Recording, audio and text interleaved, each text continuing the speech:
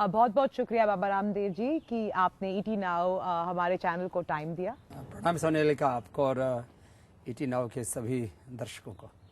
पहला चीज़ जो मैं आपसे पूछना चाहती हूँ वो जो आइडिया है पतंजलि का और वो प्रोडक्ट्स के, वो जर्मिनेट कैसे हुआ? क्योंकि आप योगा में थे, यूर योगा गुरु, तो योगा से आप इस पतंजलि और एफएमसीजी बिजनेस में आपका कैसे ये आइडिया आया? देखिए सोनालिका, हमने 5 जनवरी 1995 को ये पहला अपना ट्रस्ट फॉर्म किया। हमने योग और आयुर्वेद की एक्टिविटीज़ को स्टार्ट किया जी।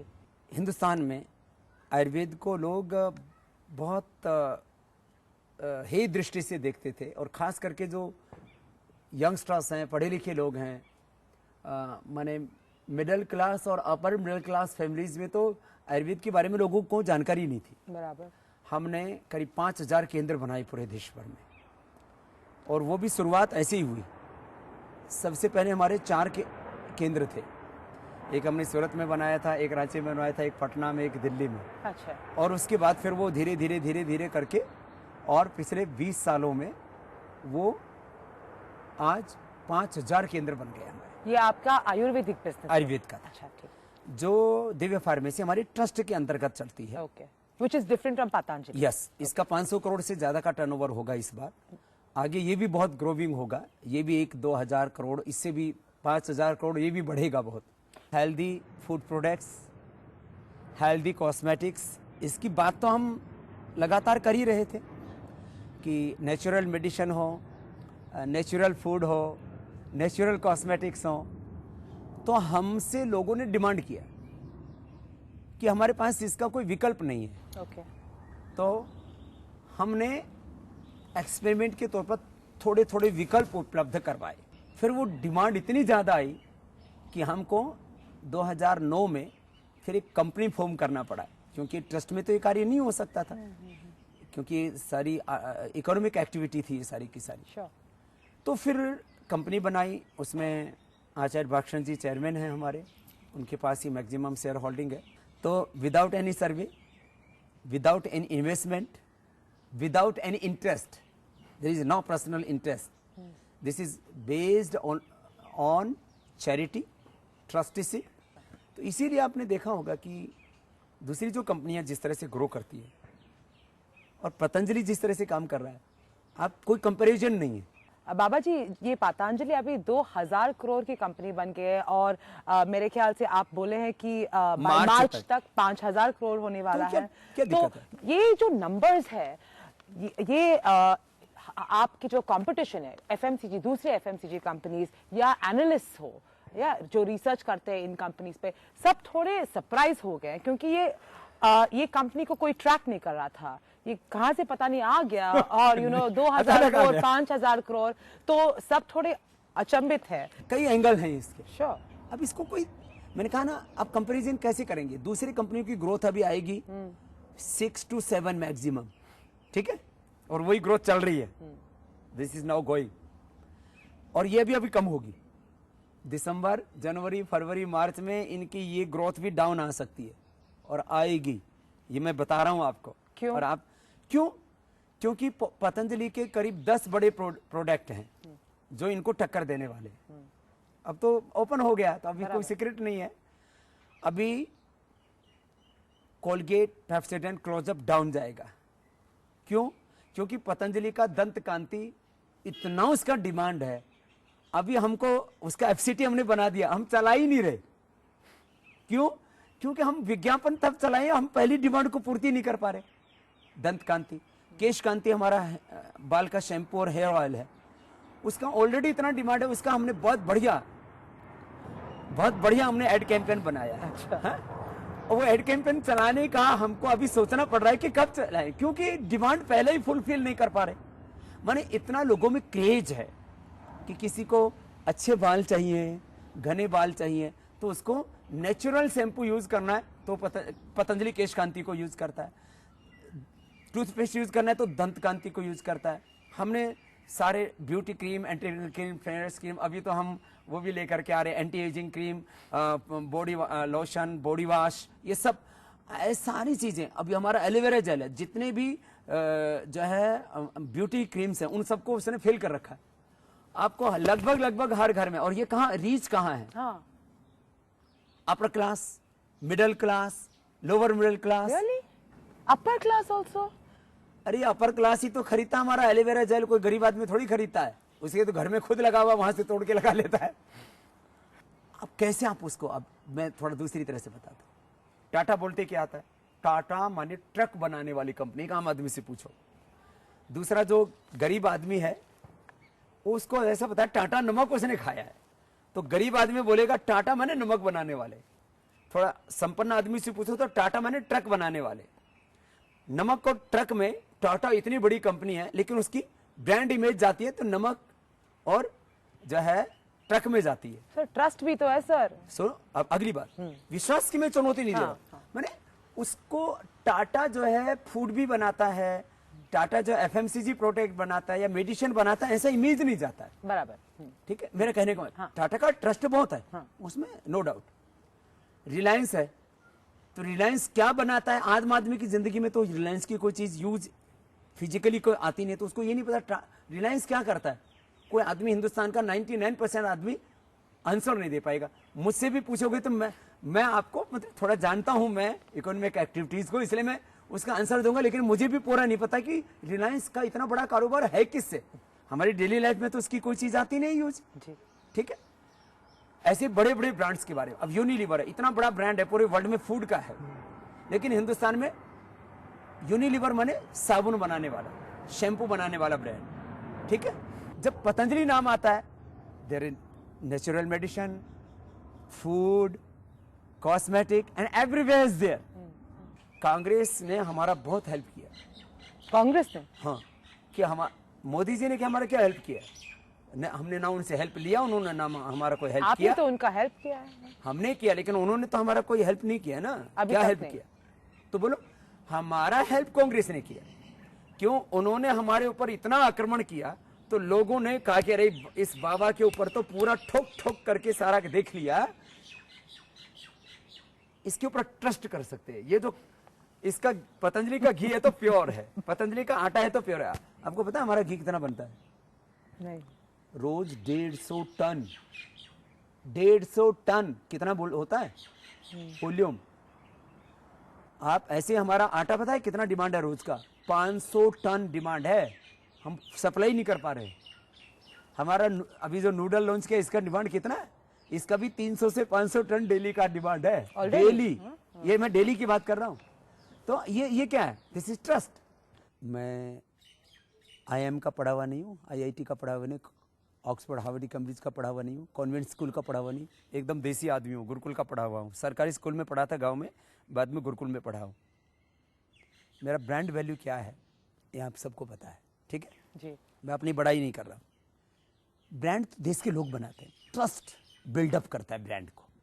योग, आयुर्वेद और ये सारा healthy food, healthy cosmetic, natural cosmetic, natural medicine, ये मेरा मिशन है। Brand as my bio product, brand is not my ultimate product. ये है बात। लोग अपने प्रोडक्ट को बेचने के लिए किसको लेके आते थे? कोई लड़की को लेके आते थे, उस लड़की के भी आधे कपड़े उतरवाते थे। ये होता है कि नहीं होता सोनिका, सोनाली बहन? होता है ना। लोग लड़की को लाते थे, उसके आधे कपड़े उतरवाते थे, उससे साबुन शैम्पू बिचवाते थे। हम इसके खिलाफ। हम ये नहीं किसी हीरो हीरोइन से च्यवनप्राश नहीं बिकाते। मैं आपको 4-5 प्रोडक्ट के बारे में बताता हूँ। हमारा च्यवनप्राश अभी कैपेसिटी यदि हमारी पूरी हो जाए तो इस बार डाबर हमसे पीछे होगा। अच्छा। और आपने कभी हमारे च्यवनप्राश का एडवर्टाइजमेंट देखा आज तक? अभी हम थोड़ा इंफॉर्मेशनल एडवर्टाइजमेंट चला रहे हैं कि हमारे प्रोडक्ट हैं, ये जानकारी देने के लिए। लेकिन मैंने सुना है हमारा हनी, ये ऑलरेडी डाबर से बड़ा ब्रांड हो चुका है। आपने डाबर हनी का तो बहुत एडवर्टाइजमेंट सुना होगा, पतंजलि हनी का एडवर्टाइजमेंट सुना? अभी मैंने चालू करवाया FCT। और क्या चालू करवाया? डाबर का हनी मिलता है 122 रुपए का और हमारा मिलता है 70 रुपए का। तो हमने कहा पतंजलि हनी लाइए और 250 ग्राम पर 52 रुपए बचाइए। ये ऐड है हमारा। कोई हीरो नहीं, कोई हीरोइन नहीं, कोई अर्धनग्न महिला नहीं है? कोई अर्धनग्न बाबा जी भी नहीं। तो ये हमारा एड कैंपेन है। हमारा एड कैंपेन किसी आर्टिफिशियल जो है उसके ऊपर आधारित नहीं है, जैसे कहते हैं ना मृग मरीचिका के ऊपर, कृत्रिम भूख पर आधारित नहीं है। हाँ, और वो किसी सपने पर, लोग क्या करते हैं विज्ञापनों में सपने बेचते हैं, ओह कुछ तूफान ही करते हैं और थम्स अप में तूफान निकालते हैं। अरे तूफान कहां से निकलेगा, आदमी के अंदर है तूफान, तो थम्स अप में से कैसे तूफान निकलेगा। फिर लाइफ बॉय है जहां तंदुरुस्ती है, अरे तंदुरुस्ती लाइफ बॉय में कैसे आएगी। तंदुरुस्ती तो आदमी अच्छा घी खाए, दूध पिए, एक्सरसाइज करे, अच्छा डाइट ले, तब आएगी ना तंदुरुस्ती। अब तंदुरुस्ती का लाइफ बॉय से क्या लेना देना। फिर लोग खुशियां, आपको खुशियां चाहिए तो चारों तरफ गुलाब की पंखुड़ियां बिखेरेंगे, उसके बीच में से कोई अर्धनग्न लड़की निकलेगी और वो कोमल सी त्वचा का एहसास। अब लोगों को ऐसा लगता है कि यहाँ से तू गोरी हो जाएगी। हाँ? हम कहते हैं कोई भी नेचुरल कलर को चेंज नहीं कर सकता, ये हमारा विज्ञापन है। अच्छा, कोई नेचुरल कलर को चेंज नहीं कर सकता। हाँ, अननेचुरल ब्यूटी प्रोडक्ट आपके कलर को खराब जरूर कर देते हैं। Okay, fair enough. अभी आपको मैं बोलता हूं नेक्स्ट, अभी विदेशी कंपनियों को अपनी एड कैंपेन चेंज करनी पड़ेगी। ये जितने भी झूठ बोल रहे थे ना, इनको अब सच बोलना पड़ेगा, अपने रेट डाउन करने पड़ेंगे। ये कभी होगा? अभी जल्दी होगा। अच्छा, ओके। ये इनको अपने एड कैंपेन चेंज करने पड़ेंगे और इनको जो है हमारी तरह से, हम तो 100% चैरिटी वाले हैं, इनको भी थोड़ा चैरिटी करना पड़ेगा। लोग अब पूछते हैं कोका कोला ने क्या किया इस देश के अंदर, पेप्सी ने क्या किया, यूनिलीवर ने क्या किया, इस देश में कोलगेट पोमोलिन ने क्या किया। लेकिन बाबा जी आपको इतना क्रोध क्यों है इन कंपनियों से? इन्हें क्या किया देश के लिए? देश का पैसा लूट के लेके गए। लूट के थोड़ी वो प्रोडक्ट बेच रहे हैं ना। अरे प्रोडक्ट बेच के पैसा कहाँ लेके जाते हैं। हम देश का पैसा देश में रखते हैं, हम विदेश में पैसा एक नहीं लेकर के जाते। सेकंड बात, तो हम चैरिटी में लगाते हैं। बराबर। ये CSR लेकिन आप बाबा है, वो तो बाबा नहीं है ना। तो जब बाबा ऐसा कर सकता है तो वो क्यों नहीं कर सकते? क्योंकि उनका वो बिजनेसमैन है ना। तो अरे थोड़ा तो सेवा करो। मैं कहता हूँ मैं 100% करता हूँ, 10% तो करो। CSR तो करते हैं ना। CSR कितना होता है? 1% होता है, 1.5% होता है, और फिर वो भी उसमें भी पेपर में घपलेबाजी करते हैं। अगर आप बोल रहे हैं कि जो सारे मल्टीनेशनल्स है जो यहाँ पे, वो पहले तो उनका प्रोडक्ट फ्लॉलेस नहीं है, उनमें कुछ खराबी है, राइट? खराबी है मतलब वो लोगों को सपने दिखाते हैं, वो जैसे सपने दिखाते हैं वैसे प्रोडक्ट नहीं होता है। प्रोडक्ट कुछ और होता है, सपने कुछ और दिखाए जाते हैं। माने झूठ बोल करके लोगों की भावनाओं के साथ खिलवाड़ करके लोगों वो को। तो एडवर्टाइजिंग है सर। तो एडवर्टाइजिंग झूठी होनी चाहिए। Creative freedom. अच्छा, क्रिएटिव फ्रीडम में झूठ बोल करके प्रोडक्ट बेचो, this is not creative freedom. तो सर ये धोखा है। नहीं, तो फिर नरेंद्र मोदी जी के कैंपेन में आपने देखा होगा तो वो भी तो सपने दिखा रहे थे ना। देखिए ऐसा है, हाँ, वो भी तो एडवर्टाइजिंग कर रहे थे। राजनीतिक तौर से कोई सपना दिखाता है या आर्थिक तौर पर कोई सपना दिखाता है, उस सारे के सारे सपने झूठे सपने, ये तो देश के साथ धोखा है। एक चीज बताइए आप, अब मुझे पता है कि आपने बहुत हेल्प किया इलेक्शंस के टाइम पे बीजेपी को, और खास करके नरेंद्र मोदी जो आपको वो अच्छे लगते हैं, लेकिन एक साइड पे आपको बहुत सारा क्रोध है मल्टीनेशनल्स के साथ, क्योंकि आपको लगता है वो अपना काम अच्छा नहीं कर रहे, अगर वो पैसा बना रहे वो वापस नहीं दे रहे, वापस सोसाइटी को रिटर्न नहीं कर रहे। और एक तरफ है हमारे प्राइम मिनिस्टर जी जो जाके पूरे सब देशों में बोल रहे हैं आ जाइए इंडिया, आ जाइए इंडिया। तो ये तो आइडियोलॉजिकल डिफरेंस नहीं हो गया आप में और उनमें? देखो ऐसा, वो प्राइम मिनिस्टर हैं, वो वजीर हैं, हम फकीर हैं, तो इतना तो डिफरेंस होगा ही ना। वो तो कहने की बात है, लेकिन वो जाके इन्वेस्टर्स को ला रहे हैं, कंपनीज को ला रहे हैं। यही देखो तो मेरी कोशिश ये होगी, यही तो पिच है ना कि आ जाइए। ये मेरी कोशिश होगी हिंदुस्तान में। मैं तो कहता हूँ हिंदुस्तान के लोगों से फैक्ट्री लगवाओ। हिंदुस्तान की में पैसे की कमी नहीं है, हिंदुस्तान में टैलेंट की कमी नहीं। जितने MNCs उनको चला कौन था? कोका कोला, पेप्सी को, पूरे वर्ल्ड में भी वैसे तो हमारी क्या। तो मैं तो स्वदेशी की बात करूंगा। वो प्राइम मिनिस्टर हैं तो वो WTO से बंधे हुए हैं, वो इस देश के और दूसरी चीजों से बंधे हुए हैं। मेरे ऊपर कोई प्रतिबंध नहीं है, लेकिन मैं सच्चाई की बात ठोक ठोक के करूंगा, और ये विदेशी कंपनियों को लोग ठोक ठोक के भगा देंगे। किलोक्स भी कॉर्नफ्लेक्स बनाता है, पतंजलि का भी कॉर्नफ्लेक्स है, मूसली है, चोको है, आप ओट्स है, आप दोनों का प्राइस देख लीजिए, क्वालिटी देख लीजिए। हाँ। तो आपको कौन सा खाना है तो वो पतंजलि खाना शुरू कर देता है। लेकिन आप इतने कम में कैसे बेचते हैं? हमारा एक तो मैनेजमेंट का खर्चा 0। बाबा जी देखो, फ्री का एडवर्टाइजर, हाँ, ठीक है फ्री का ब्रांड एम्बेसडर, जी। फिर मेरे कोई खर्चे नहीं है।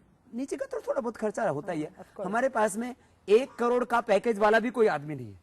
बड़ी बड़ी मल्टीनेशनल्स के पास में 5-5, 10-10 करोड़ रुपए के पैकेज वाले आदमी होते Of हैं। course। हमारे पास में 1 करोड़ का पैकेज वाला भी आदमी नहीं है।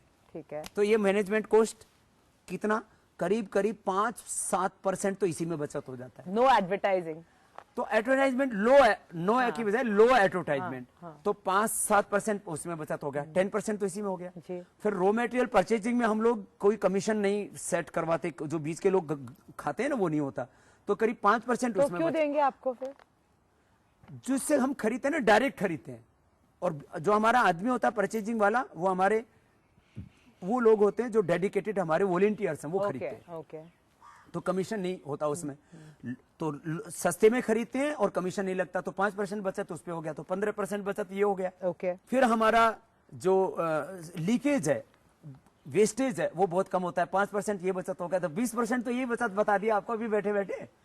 तो हमारा जो कैलकुलेशन है ना पूरा, वो बहुत साफ सुथरा है, और उसमें फिर हम लोग लो प्रॉफिट पे काम करते हैं। अच्छा। हमारा, हम ये मानते हैं लेकिन मार्जिन आपका एज गुड एज दूसरे कंपनीज की तरह होगा, क्योंकि लो प्रॉफिट है। नहीं, मार्जिन। हाँ वही लो प्रॉफिट होगा ना, लो मार्जिन। हाँ। तो लो मार्जिन पर हम लोग काम करते हैं। कौन कितना मार्जिन होगा? ऐसा किसी प्रोडक्ट, अब जैसे हमारा दाल है, दाल पर हमारा मार्जिन 2% है, ओके। चावल पर हमारा मार्जिन ऐसे 2-4-5% है। तो ऑल ओवर काफी चीजों, एवरेज लेंगे तो? एवरेज लेंगे तो 5 to 10, बिटवीन 5 and 10। हाँ। ओके। अभी आप मैं आपको 2-3 प्रोडक्ट बताता हूँ। एलोवेरा जेल बाजार में मिलता था, उससे 300 टाइम्स चीप, सस्ता देते हैं हम, 300 टाइम्स। अब चलो विदेशी कंपनियों का छोड़ो, टाटा नमक कितने का देता है? 18 रुपए का, और पतंजलि आयोडीन नमक 12 रुपए का। डिफरेंस पता लग गया? 1 किलो में कितना डिफरेंस हुआ? 6 रुपए का। परसेंटेज वाइज आप इसको काउंट करोगे तो कितना होगा? आप ऐसे ही एलोवेरा जूस विदेशी कंपनियां देती थी 1200 रुपए का, हम देते हैं 200 रुपए का। आप कैलकुलेशन आप कर लो। तो एक चीज बताइए, आप प्रॉफिटेबल है अभी? हाँ प्रॉफिटेबल है। अगर आपका टर्नओवर 2000 करोड़ है और सोचा अभी मार्च में 5000 करोड़ होने वाला है, ये अभी आप ब्रेक इवन है या प्रॉफिटेबल है? प्रॉफिटेबल है। कितना प्रॉफिट होगा? कोई जो है डेट नहीं है, डेट फ्री। ओके, ठीक है। तो प्रॉफिट कितना आप होगा? मार्च में बता पाएंगे। मैंने सुना है कि ये आपका डिमांड इतना बड़ा हो चुका है कि अभी आप और 4-5 मैन्युफैक्चरिंग फैसिलिटीज खोलने वाले हैं। अभी तो एक फिलहाल आपका उत्तराखंड में है, बाकी और भी है। उत्तराखंड में है बड़ा वाला, राइट? हाँ, और भी हमारे इसकी सब्सिडरीज और भी जगह हमने खोली है। जैसे हमारा हरिद्वार में ऑलरेडी जो बड़ा फूड पार्क है, तो उसके साथ में हमारा घी का अलग है जी। अभी हम लोग डेयरी का अलग करने जा रहे हैं, फिर आटे का और जगह कर रहे हैं। 3 जगह ऑलरेडी हमारा चल रहा है, और जगह इसको 4-5 जगह करेंगे। तो बाबा जी नूडल का हमारा 6-7 अभी करीब हमारा प्लान है कि 5 से 10 जगह नूडल के लिए हम लोग करें। सब अलग अलग होंगे? हाँ, अलग अलग होंगे। फिर ऐसे ही बिस्किट का हमारा 3 जगह ऑलरेडी चल रहा है अलग से। इस समय भी हमारी सब्सिडरीज करीब 8-10 हैं। और आपके खुद के? हमारा खुद के ही हैं। हाँ, आपके खुद के सब्सिडरीज। हाँ, छोटे छोटे हैं। लेकिन आपने नूडल्स के बारे में बात किया है, ये तो सबके अभी मन में है, पतंजलि आटा नूडल्स। ये अभी आपने लॉन्च कर दिया, ये आपको आइडिया कैसे आया? ये मैगी, क्योंकि मैगी में लोग शक करने लगे, आपने सोचा कि हम आटा नूडल्स लॉन्च करें? देखो, हमने कोई भी काम किया ऑन डिमांड किया। Of course. मैंने कहा हम कोई मार्केट सर्वे करके काम ही नहीं करते ना, हम तो एकदम ठेठ देसी आदमी हैं। लेकिन लोगों ने कहा सत्ता बदलो, व्यवस्था बदलो, हमने सत्ता व्यवस्था बदल दी। आटा नूडल्स का कैसा आया आइडिया? लोगों ने कहा कि बाबा जी विदेशी कंपनियां नूडल में छाई हुई, उनका एकाधिकार है। आप इंस्टेंट फूड में इन एमएनसीज को किसी ने चुनौती दिया? फर्स्ट टाइम पतंजलि इनको चुनौती दे रहा है, और आप देखना सब पतंजलि से नीचे होने वाले सब ब्रांड। आप बताओ कौन? नेस्ले तो होने वाला? नेस्ले का जो है ना, वो कोई घोंसला है शायद उसका, और फिर उसमें पंछी पंछी बैठते हैं। तो एक दिन किसी ने कार्टून बना रखा, उसमें वो पंछी उड़ गए और बीच में से उसके घोंसले में से बाबा प्रकट हो गए। तो ये मेरे को किसी ने कार्टून बनाया, मुझे पता है किसी ने। तो अब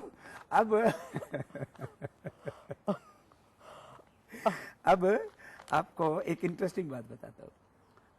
नेस्ले घी बेचता था, अब नेस्ले की घी के आप सेल निकाल के देख लेना, आपको क्या मिलेगा उसका हाल।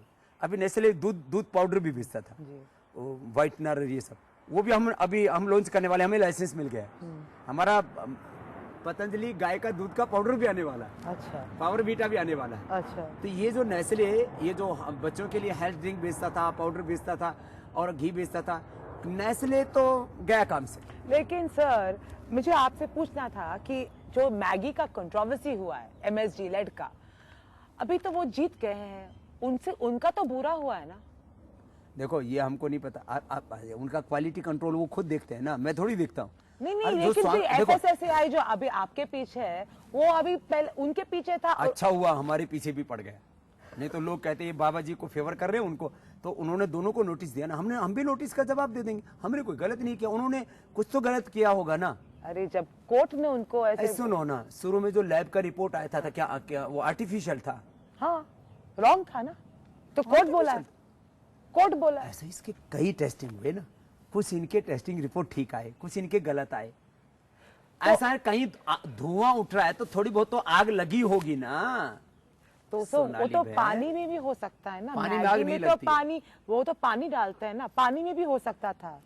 ऐसे लगता है कि जैसे लोग क्या बोलते हैं, बिजनेस कम्युनिटी में बोलते हैं कि ये नेस्ले के साथ कोई षड्यंत्र रचा है। हाँ, ये विदेशी कंपनियों का पूरा हिस्ट्री सबको पता है, जो पढ़े लिखे लोग हैं।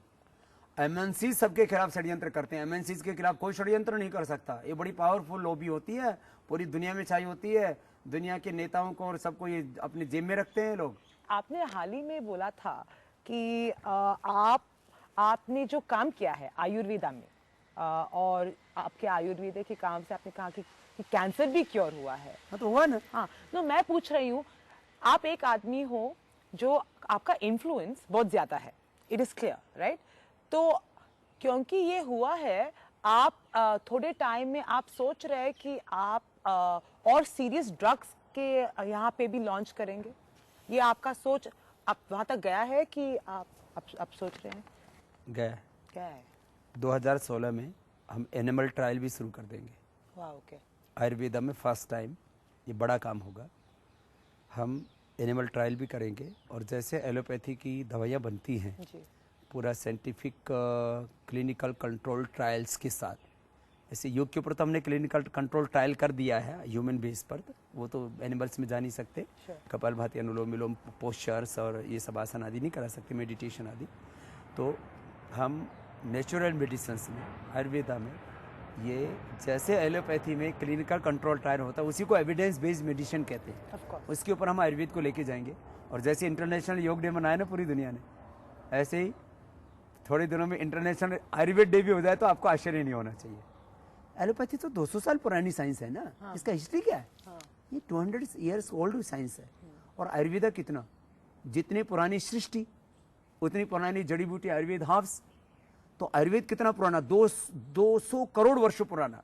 ये सृष्टि, ये जो ब्रह्मांड है, यूनिवर्स है, इसका आयु है 200 करोड़ वर्ष, उतना पुराना आयुर्वेद है। और एक तरफ 200 वर्ष पुराना, तो ये बहुत बड़ा साइंस है, इसको भी हम बहुत आगे लेके जाएंगे। अच्छा, तो ये आपका प्लान है फ्यूचर में। दूसरा चीज आपने ऑल्सो हाल ही में बोला था कि क्योंकि आपने इतना काम किया है, ऑलरेडी प्रूवन है, आपको नोबेल प्राइज नहीं मिला क्योंकि आपका स्किन का कलर काला है। देखो, मैं अपना बड़ाई नहीं कर रहा हूं, मेरा कंट्रीब्यूशन क्या है। मैंने हेपेटाइटिस क्योर किया है, उसके 1000 केसेस के पूरे साइंटिफिक डॉक्यूमेंट्स मेरे पास हैं। आप मांगोगे तो आपको लाके दे दूंगा। लेकिन सर उसके आपने अप्लाई किया उसके लिए? सुनो तो, मैंने 1000 केसेस क्योर किए हैं हेपेटाइटिस के, कैंसर के केसेस क्योर किए हैं, रेमेटेड आर्थराइटिस के केसेस क्योर किए हैं, सोराइसिस के केसेस क्योर किए हैं, लंग फाइब्रोसिस के केसेस क्योर किए हैं, मैंने जो है ब्रेन ट्यूमर क्योर किया है, मैंने कैटरेक्ट ग्लूकोमा क्योर किया है, और इसी तरह के जो वेरियस डिजीज हैं, जिनका थायराइड क्योर किया, बीपी क्योर किया, हार्ट की ब्लॉकेज क्योर किए। ये 10 बीमारी तो मैंने अभी आपको बता दी है, जो मतलब बड़े रूप में सब जानते हैं जिनको। ऐसे नहीं, MS ऑटोमेन डिजीज को क्योर किया। खैर, अभी किसी चाइनीज लेडी ने कोई बुखार की एक जड़ी बूटी खोज किया तो उसको नोबेल पुरस्कार मिला है। ये एक सच्ची बात है। एक जड़ी बूटी है, अपने इंडिया में भी होते हैं, चाइना में भी होते हैं, उसको नोबेल पुरस्कार मिल के इसने बुखार की दवाई खोज दिया जड़ी बूटी से। मैंने प्लेटलेट्स का दवाई खोजा, प्लेटलेट डाउन होने से आदमी मर जाता है। डेंगू में भी प्लेटलेट डाउन होता है, और भी प्लेटलेट डाउन हो जाता है तो आदमी मर जाता है। प्लेटलेट्स को मैंने खोजा और मैंने पूरी दुनिया को बताया कि गिलोय और एलोवेरा खाने से प्लेटलेट 100% बढ़ता है। ये मेरा क्रिएशन है। प्लेटलेट बढ़ाने के लिए, डेंगू से बचने के लिए मेरे पास दवाई है, तो मेरे को नोबेल मिलना चाहिए। मुझे नहीं चाहिए, क्योंकि नोबेल पुरस्कार से ज्यादा इस देश के लोगों का प्यार मिला। नोबेल पुरस्कार मिलने वालों को कौन नाम जानता है? मेरा नाम पूरा हिंदुस्तान और दुनिया जहान जानती है। On that note, thank you so much. बहुत शुक्रिया बाबा रामदेव, आपसे बात करके। पहली बार आपके चैनल पे इंटरव्यू दिया। Thank you so much. बहुत अच्छा लगा सोनाली आपको, और आपके सारे जितने भी दर्शक हैं, व्यूअर्स हैं, उन सबको मेरी बहुत बहुत शुभकामनाएं।